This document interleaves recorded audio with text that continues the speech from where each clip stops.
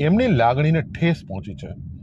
તો આવા અધિકારીઓની લાગણીને ઠેસ પહોંચે કે એમને ગુસ્સો આવે, એનાથી સામાન્ય જનતાને કશી જ લેવા દેવા નથી. કારણ કે આ લોકો એવા લોકો છે કે જે પોતાના ગુનાઓ સંતાડવા માટે થઈને ક્યાંક ને ક્યાંક એ સામાન્ય જનતાની અંદર એક ખોટો મેસેજ પ્રસારવાનો એક પ્રયત્ન કરી રહ્યા છે.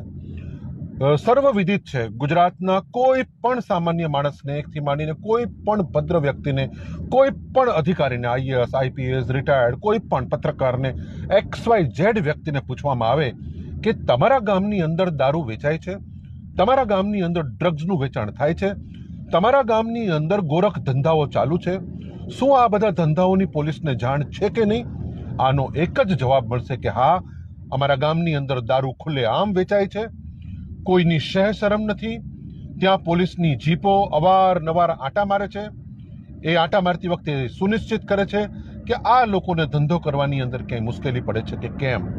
આની તકેદારી લેવામાં આવે છે. આ લોકોને કોઈ વિક્ષેપ તો નથી કરી રહ્યા ને.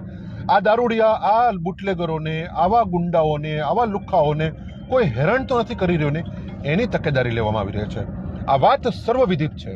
અને જ્યારે મને જિગ્નેશભાઈએ એમ કહ્યું કે આવા ભ્રષ્ટ અધિકારીઓના પટ્ટા ઉતરી જવા જોઈએ, તો હા, 110% આવા લોકોના પટ્ટા ઉતરી જ જવા જોઈએ.